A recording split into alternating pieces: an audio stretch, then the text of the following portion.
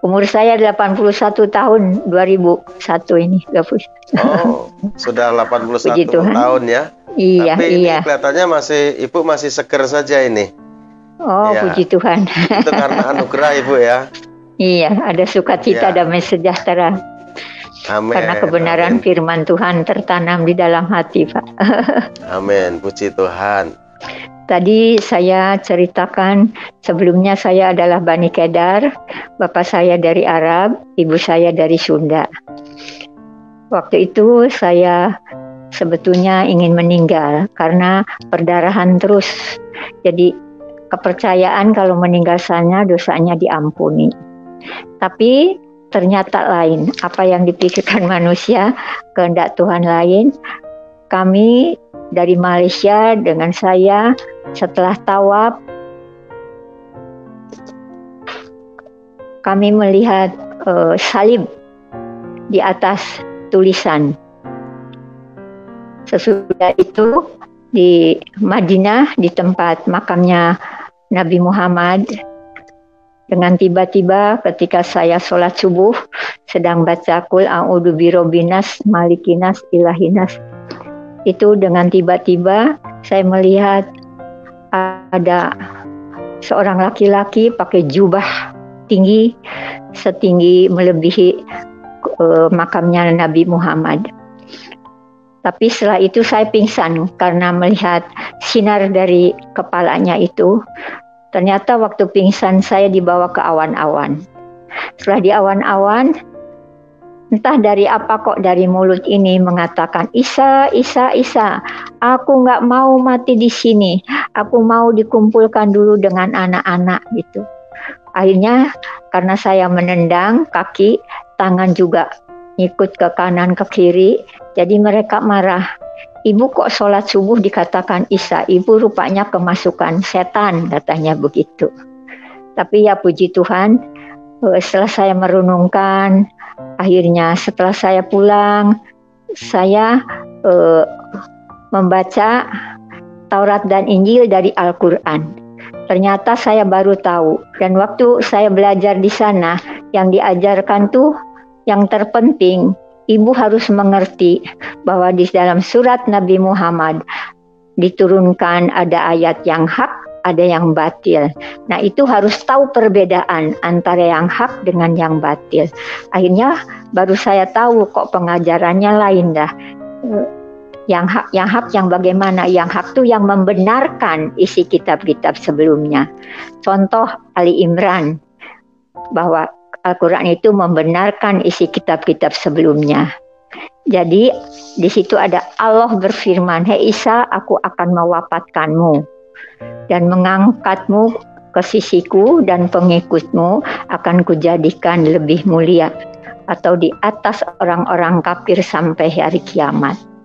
Terus saya kaget, loh katanya Isa Al-Masih tidak wafat dan tidak disalibkan, tapi orang lain. Nah dulu saya waktu jadi Bani Kedar, di surat An-Nisa ayat 157 dikatakan, sesungguhnya kami telah membunuh Al-Masih Isa putra Maryam, tetapi di bawahnya bertentangan. Isa tidak mati dan tidak disalibkan, karena yang disalibkan orang lain. Nah itu saya waktu masih Bani Kedar percayanya itu, bahwa Isa tidak mati, tidak wafat dan tidak disalibkan, tapi Isa diangkat ke sisi Allah. Tapi terus ada di surat Yunus, surat Nabi kepada Nabi Muhammad, kalau kamu ragu-ragu tentang apa saja isi Al-Quran yang hak, yang membenarkan isi kitab-kitab sebelumnya, bertanyalah ke umat Nasrani, yaqra'unal kitaba min qablika. Bertanya kepada umat Nasrani yang sudah membaca kitab-kitab sebelumnya. Sesudah itu saya tidak berani menanyakan ke orang Nasrani. Saya nanti dibohongi. Jadi saya bacanya dari Al-Quran, mengikuti. Harus bertanya, ketika saya bertanya, ya bertanya. Ke depan saya kebetulan orang Batak. Jadi bertanya, apakah benar Isa Al-Masih? Iya Bu, Isa Al-Masih wafat dan dibangkitkan, hidup kembali menjadi Tuhan gitu. Puji Tuhan, akhirnya saya terima Yesus sebagai Tuhan, An-Nisa 4 ayat 159.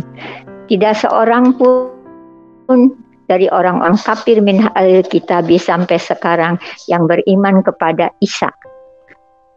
Terus di ayat 162-nya, ketuhanan. Orang-orang yang berilmu mengatakan bahwa ketuhanan, percaya dengan ketuhanan Isa. Akhirnya saya baru percaya bahwa Isa masih itu anak Al-Quran yang diterjemahkan oleh Departemen Agama Republik Indonesia. Penerbitnya CP Jaya Sakti Surabaya mengatakan mukadimah artinya Al-Maidah artinya hidangan. Tapi disebut juga Isa Al-Masih adalah penyelamat. Al-Munkij itu artinya Isa Al-Masih penyelamat pengikut-pengikut setianya dari azab Allah.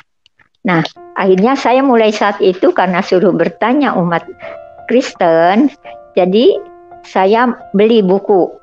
Tidak bertanya, saya mau belajar sendiri begitu. Akhirnya puji Tuhan, saya disekolahkan Alkitab, tapi saya tidak sampai selesai. Saya hanya tidak ingin jadi pendeta, saya ingin penginjil yang memberitakan kebenaran. Puji Tuhan, saya diutus Tuhan, karena waktu itu saya dapatnya dari Yesaya 61. Saya pertama tidak langsung menginjil, saya hanya diminta kesaksian. Tapi setelah sekolah Alkitab, saya nggak mau selesai, saya menginjil. Akhirnya Tuhan kirim di Bali 3 bulan saya. Terus waktu itu di Solo ada sekolah Alkitab yang tidak bayar. Jadi hidup mereka dari cocok tanam. Jadi saya mengajar Taurat dan Injil dari Al-Quran. Jadi ternyata di dalam Al-Quran Al-Maidah dikatakan kalau ada umat Nasrani setelah perjamuan kudus makan hidangan yang dari surga terus mengingkarinya, maka Tuhan akan menyiksanya dengan siksaan yang belum pernah diberikan kepada seorang pun manusia. Sebab oleh karena itu saya bertambah kuat imannya. Oh, kalau begitu ya sudah, saya mau dibaptis. Akhirnya saya dibaptis di satu gereja.